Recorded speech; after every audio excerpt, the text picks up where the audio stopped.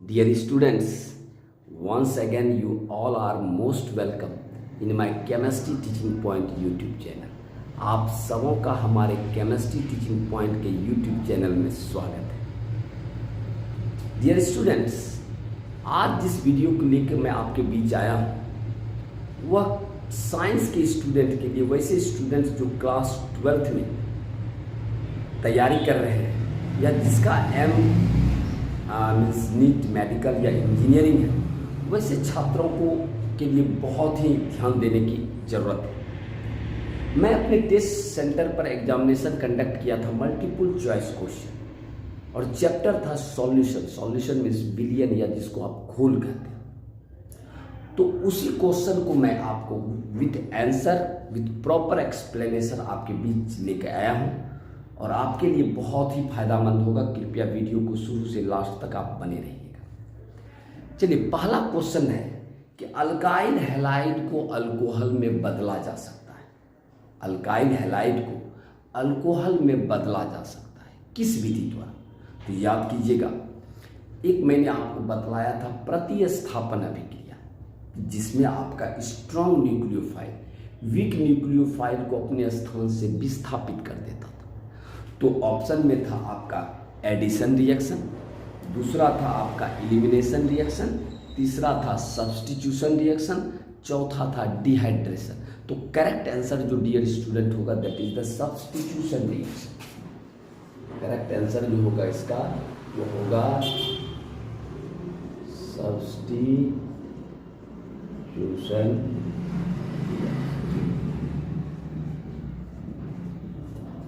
यानी alkyl halide को हम अल्कोहल में बदल सकते हैं किस विधि द्वारा? प्रतिस्थापन अभिक्रिया द्वारा। क्वेश्चन नंबर 2 कहता है निम्नलिखित में से कौन कॉलिगेटिव प्रॉपर्टीज नहीं है? निम्नलिखित में से कौन कॉलिगेटिव प्रॉपर्टीज नहीं है, मतलब which one is not the colligative property? सहजात। तो अब यहाँ सोचने वाली बात है कि आखिर सहजात गुण होता क्या है? किसी भी लिक्विड का, किसी भी सॉल्यूशन का वह गुण जो घुल के नंबर ऑफ मोल्स पर निर्भर करता है, उसके नेचर पर निर्भर नहीं करता है। घुल के इस गुण को ही कॉलिगेटिव प्रॉपर्टीज कहते हैं। हमने आपको 4 कॉलिगेटिव प्रॉपर्टीज बतलाया था: osmotic pressure, relative lowering in vapour pressure, elevation in boiling point और डिप्रेशन इन फ्रीजिंग पॉइंट। इस चारों में से ऑप्टिकल एक्टिविटीज दिया है आपका। देखिए, पहला क्वेश्चन है, पहला ऑप्शन है हिमांक में अवनमन, कॉलिगेटिव प्रॉपर्टी है। दूसरा वाष्पदाब का आपेक्षिक अवनमन, कॉलिगेटिव प्रॉपर्टीज है। क्वथनांक का उन्नयन, कॉलिगेटिव प्रॉपर्टीज है। और प्रकाशीय क्रियाशीलता कॉलिगेटिव प्रॉपर्टी नहीं है। इसका करेक्ट आंसर होगा दूसरे का, प्रकाशीय क्रियाशीलता, ऑप्टिकल एक्टिविटी।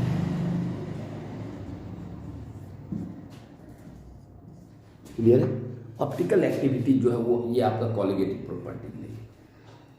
तीसरा क्वेश्चन था कि 234.2 ग्राम चीनी का घोल है।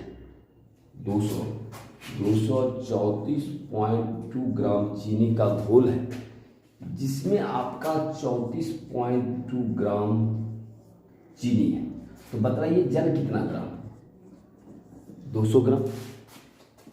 तो कह रहा है कि 234.2 ग्राम चीनी के घोल में 34.2 ग्राम चीनी है, तो घोल का मोलल सांद्रण क्या है? मोलालिटी की गणना करना है दोस्तों। तो कहने का मतलब हुआ कि जब हम जान रहे हैं कि इतना चीनी का घोल है जिसमें 34.2 ग्राम चीनी है, तो इसका मतलब जल की मात्रा 200 ग्राम है। तो हमको कह रहा है मोलालिटी बराबर क्या हो? तो मोलालिटी का फॉर्मूला हम जानते हैं, A गुना 1000 बटा B गुना W। हमको इस पे फार्मूला पर लगा देना है। तो सॉल्यूट की मात्रा है इतना गुना 1000 बटे B आपका सॉल्वेंट की मात्रा 200 और गुना W आपका चीनी है 342। चीनी का मॉलिक्यूलर मास 342, दशमलव उड़ेगा नीचे 10 जाएगा, 342 कटेगा 1 2 3 1 2 3 1 बटा 2। करेक्ट आंसर होगा 0.5। तो कहने का मतलब डियर स्टूडेंट, मोलर सांद्रण कह रहा था, मोलालिटी निकालने के लिए कहा था। जहाँ आपका A अमाउंट ऑफ सॉल्यूट है, बी आपका अमाउंट ऑफ सॉल्वेंट है, डब्ल्यू जो है that is the molecular mass of the solvent. इस फार्मूला पर आप निकाल सकते हैं, कहीं दिक्कत वाली बात नहीं है। तो आंसर आपको मारना था 0.5। क्लियर है। क्वेश्चन नंबर 4,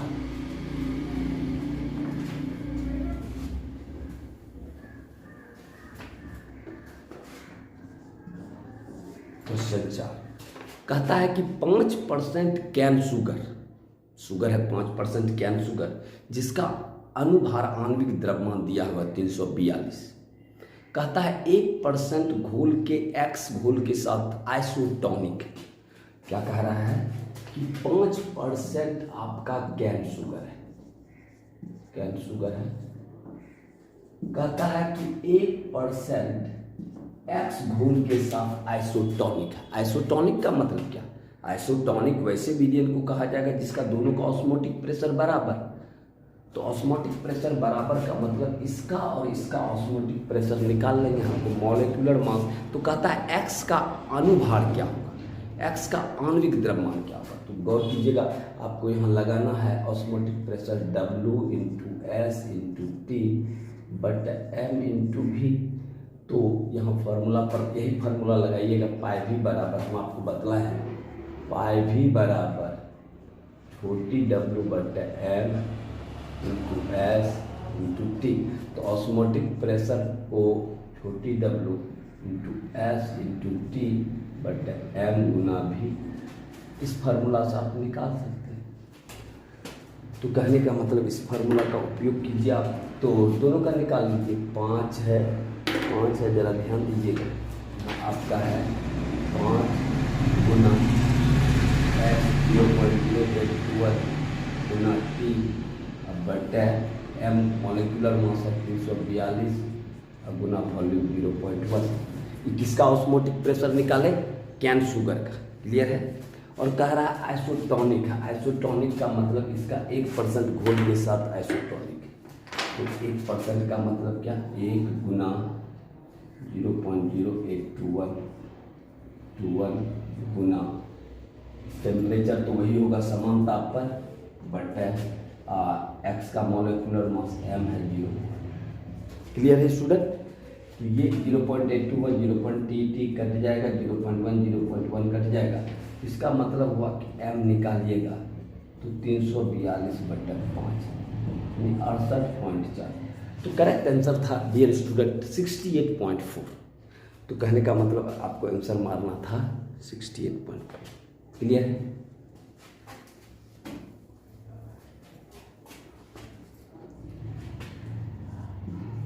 पाँच नंबर में था कि निम्नलिखित में से किसका हिमांक का अवनमन सबसे ज्यादा होगा। हिमांक का अवनमन उसका सबसे ज्यादा होगा जो डिसॉल्व करने के बाद आयंस की संख्या जिसमें ज्यादा होगी उसका हिमांक का अवनमन ज्यादा होगा। इसका करेक्ट आंसर होगा K2SO4। छठा K2SO4 छठा। कहता है किसी विलियन में 200 ml में 2 ग्राम NaOH खुला हुआ है। किसी विलियन के 200 ml में 2 ग्राम NaOH खुला हुआ है। तो मोलारिटी निकालना है। तो मोलारिटी बराबर A बटा W गुना V। A बराबर 2 है, मॉलिक्यूलर वेट 40 है, वॉल्यूम 200 है। 200 को 1000 से भगा देंगे तो आपका होगा 2 गुना 1000 बटा 40 गुना 200। अब कटाइए 1030 22 तो 0.25 is the correct answer. 0.25 is the correct answer. तो कहता है सातवां कह रहा है कि परासरण ऑस्मोटिक प्रेशर को निम्नलिखित में से किस समीकरण द्वारा प्रदर्शित किया जाता है। तो आप जानते हैं डियर स्टूडेंट सातवां नंबर पाई भी बराबर NST। तो बतलाइए पाई बराबर हम लिख सकते हैं N/V into S into T और N/V को ही हम कहते हैं कंसंट्रेशन CS। कहीं दिक्कत नहीं, आप ऑस्मोटिक प्रेशर को ऐसे भी डिनोट कर सकते हैं। क्लियर है, कहीं दिक्कत नहीं है।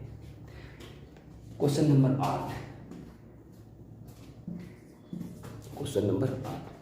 कहता है कि अर्धभाग सेमी परमेबल मेम्ब्रेन द्वारा परासन क्रिया में क्या निकल पाते हैं। तो याद कीजिएगा, सेमी परमेबल मेम्ब्रेन से सिर्फ सॉल्वेंट के अणु ही पास कर सकते हैं, सिर्फ सॉल्वेंट के अणु ही पास कर सकते हैं। सॉल्वेंट का मतलब सिर्फ घोलक के अणु ही पास कर सकते हैं। क्लियर है? कहता है वियोजन की अवस्था में, in case of dissociation, dissociation की अवस्था में डियर स्टूडेंट याद रखिएगा, डिसोसिएशन की अवस्था में हॉट ऑफ फैक्टर का मान 1 से अधिक होता है। वियोजन की अवस्था में in case of dissociation I become greater then 1। Clear है? 10 नंबर का क्वेश्चन। ठीक है,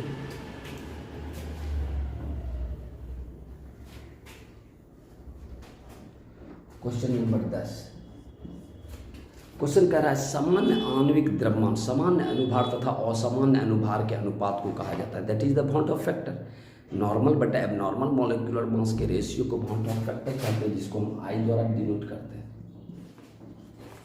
11 नंबर का क्वेश्चन कहता है निम्नलिखित में से कौन सा कथन सत्य है? तो याद कीजिएगा, कथन सत्य है कि the vapour pressure of pure solvent become greater than the vapour pressure of the solution. ये कथन सही है कि P naught is the vapour pressure of pure solvent become greater than the vapour pressure of the solution. 12 number कहता है x solute plus x solvent equal to mole fraction of solute plus mole fraction of solvent equal to 1। Mole fraction of solute plus mole fraction of solvent that is equal to 1। Clear? 13 number का question है mole अंश को निरूपित किया जाता है। Mole fraction is represented by capital x. Mole fraction को capital x द्वारा निरूपित किया जाता है। क्लियर? 14 नंबर कहता है 1 लीटर घोल में उपस्थित नंबर ऑफ मोल्स की संख्या को कहा जाता है, that is the molarity. Number of moles present in 1 litre of the solution that is known as the molarity. 1 litre घोल में कहता है P naught minus P S बटा पी नॉट को कहा जाता है, that is the relative lowering in vapour pressure. Relative lowering in vapour pressure. Clear है? 16 नंबर का क्वेश्चन, वह विलयन जो किसी भी सौंदर्य एवं ताप पर रॉल्स के नियम का पालन करता है, that is known as the ideal solution. तो 16 नंबर का होगा that is the ideal solution. जो किसी भी सौंदर्य एवं ताप पर रॉल्स के नियम का पालन करता है उसे आदर्श विलयन कहा जाता है। 17 नंबर कह रहा है कि संयोजन की अवस्था में, जब वियोजन था तो आई का मान 1 से अधिक था, तो संयोजन की अवस्था में I become less than 1। Clear है? कहता ऊष्माक्षेपी अभिक्रिया। चलिए इसको मिटाते हैं।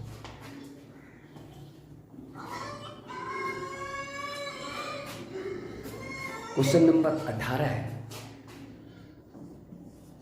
कह रहा है कि 4 एक्सोथर्मिक रिएक्शन। तो एक्सोथर्मिक रिएक्शन के लिए याद होगा आपको, टेम्परेचर जो होता है that is the inversely proportion of solubility और एक्सोथर्मिक रिएक्शन। 19 कहता है विलयन में जिस अवयव की मात्रा कम होती है उसे सॉल्यूट कहा जाता है। विलयन में जिस अवयव की मात्रा कम होता है उसे सॉल्यूट कहा जाता है। 20 नंबर मोललता को निरूपित किया जाता है स्मॉल m से। Molality is represented by small m। मोललता को निरूपित किया जाता है किससे? स्मॉल m से। कहता है 21 नंबर वियोजन तथा संयोजन नहीं होने पर, अगर डिसोसिएशन एसोसिएशन नहीं होता है तो आई का मान 1 के बराबर होगा, आई बिकम 1। 22 ऊष्माशोषी अभिक्रिया की एंडोथर्मिक रिएक्शन के लिए टेम्परेचर जो है वह सॉल्युबिलिटी का सीधा समानुपाती होगा। सही है? टेम्परेचर सीधा समानुपाती होगा। कहता है 1 kg या 1000 ग्राम घोलक में उपस्थित घुल के नंबर ऑफ मोल्स को कहा जाता है, that is the molality. 22 number molality. 24 number कहता है कि यदि किसी विलयन में Na मोल सॉल्यूट है, Na मोल सॉल्यूट है और Nb मोल सॉल्वेंट है, तो मोल फ्रैक्शन ऑफ सॉल्यूट अगर निकालिएगा तो आपका निकलेगा Na/Na प्लस Nb। सही है, यानी जिसका भी मोल फ्रैक्शन निकालना है उसको ऊपर लिखना है बटा टोटल नंबर ऑफ मोल से भगा देना। कहता है रॉड्स के उड़नशील घुल्ली के लिए कौन सा कथन सही है? तो रॉड्स के उड़नशील घुल्ली के लिए ये भी आपका सही है, Pa बराबर Pa0 इंटू XA और Pb बराबर Pb0 इंटू XA, यानी आंसर सी था, दोनों सही है। 26 नंबर का क्वेश्चन था कि 2.5 ग्राम इथेनॉइक एसिड को 75 ग्राम बेंजीन में घोला गया तो प्राप्त विलयन का मोलालिटी क्या करेगा? तो मोलालिटी बराबर 2.5 गुना 1000 बटा 20 60 ग्राम गुना 75 कीजिएगा तो आंसर आएगा 0.5। न्यूमेरिकल्स था 26 नंबर का, सही है।